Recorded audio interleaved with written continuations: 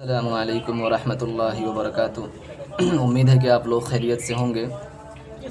میں اس سے پچھلی والی ویڈیو میں اپنے ساتھیوں سے کچھ مطالبہ کیا تھا کہ وہ اپنے پسندیدہ اشعار کو کومنٹ کریں، لیکن ان میں سے دو ساتھی نے تو مجھے کومنٹ کیا تھا، بہت نے تو کیا کہتے ہیں قبولیت سے نوازا، ماشاء اللہ، مطلب جو بھی دعائیہ کلمات ہوتے ہیں ان سے نوازا مجھے۔ میں پھر ان سے گزارش کرتا ہوں کہ آپ کے پاس کوئی بھی اگر اچھا شعر ہو تو آپ ضرور کومنٹ کریں، لیکن دو ساتھی نے کومنٹ کیا ہے، اس سے غلطی یہ یا چوک بولوں جو بولوں کہ وہ مجھے واٹس ایپ کر دیا، حالانکہ میں واٹس ایپ کا مطالبہ نہیں کیا تھا کہ آپ مجھے واٹس ایپ میں بھیجیں، لیکن وہ پھر بھی واٹس ایپ میں بھیج دیا۔ میں پھر بھی اس کی حوصلہ افزائی کے لیے میں ان کے شعروں کو اس ویڈیو میں کیا کہتے ہیں ریپیٹ کر رہا ہوں۔ ہیرو خان یہ ممبئی سے لکھتے ہیں کہ ہم لوگ دل کے بادشاہ ہیں، ہم لوگ دل کے بادشاہ ہیں، نہ محبت بدلتے ہیں نہ دوست۔ اور ایک شعر لکھتے ہیں کہ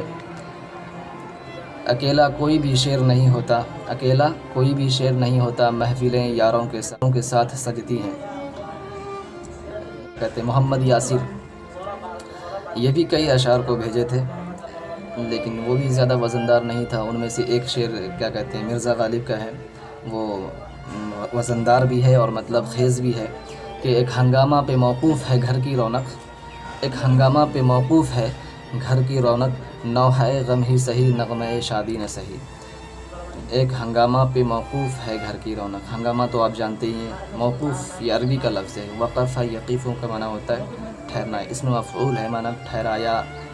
گیا یا پھر منسوخ کیا گیا، موقوف کیا گیا۔ تو یہ لفظ اردو میں جب استعمال ہوا ہے تو یہاں لفظ ٹھہرا ہے یا ٹھہرایا گیا۔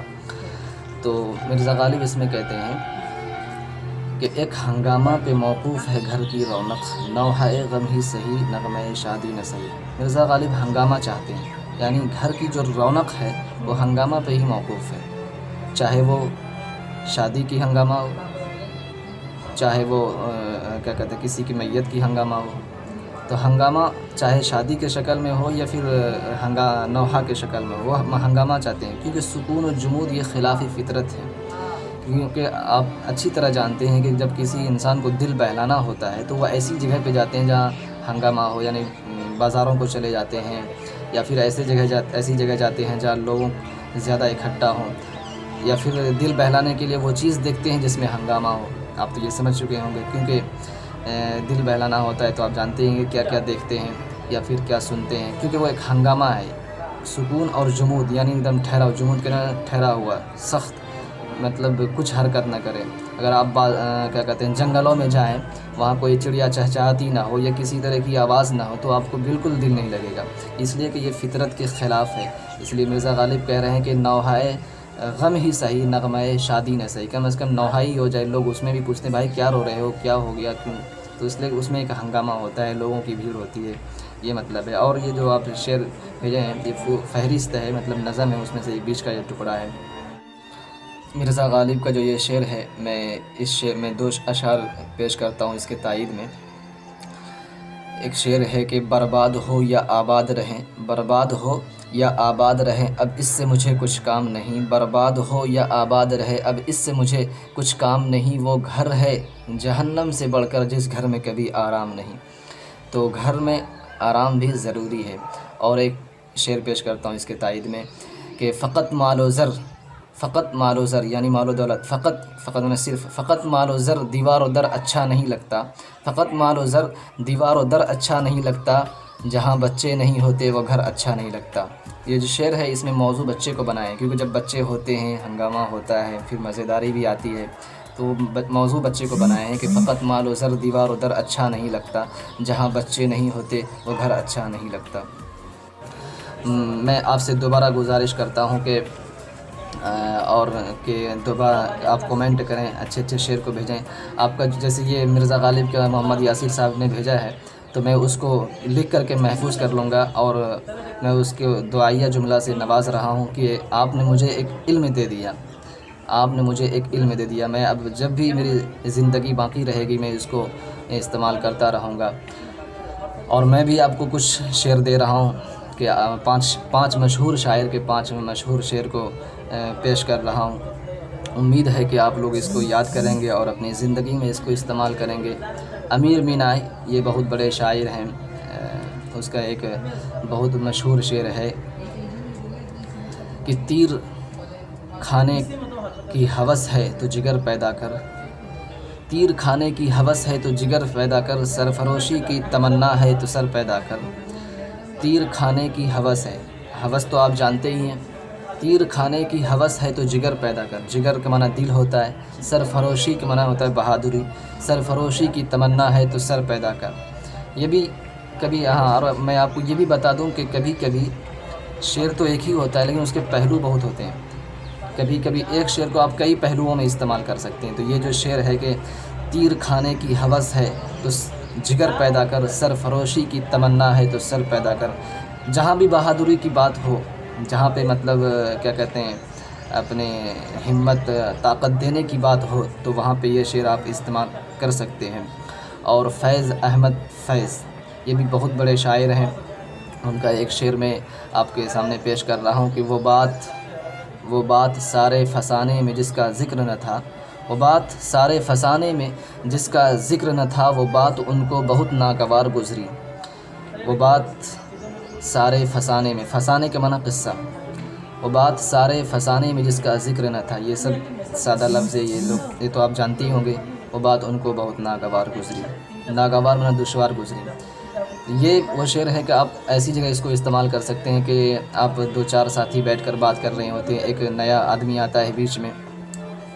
اور وہ یہ سوچ رہا ہوتا ہے کہ میری بات چل رہی ہے، یا پھر ان کے دماغ میں وہ بات چل رہی ہوتی ہے کہ یار یہ جو چار لوگ بیٹھے ہیں وہی بات کر رہے ہوں گے جو میرے دماغ میں ہے، تو اس لیے وہ غصہ ہو جاتے ہیں، ناراض ہو جاتے ہیں۔ تو اس وقت یہ شعر آپ استعمال کر سکتے ہیں کہ وہ بات سارے فسانے میں جس کا ذکر بھی نہ تھا، کیونکہ جو بات آپ کے درمیان چل رہی تھی، جو قصہ گوئی ہو رہی تھی، تو وہ بات جس سارے فسانے میں جس کا ذکر نہ تھا، وہ بات ان کو بہت ناگوار گزری۔ اور آپ بھی کسی اور پہلو میں اس کو استعمال کر سکتے ہیں۔ میں تو چھوٹا سا حقیر فقیر بندہ ہوں، میں کتنا آپ کو سمجھاؤں۔ اور کیا کہتے ہیں قیصر الجعفری یہ بھی بہت بڑے شاعر ہیں،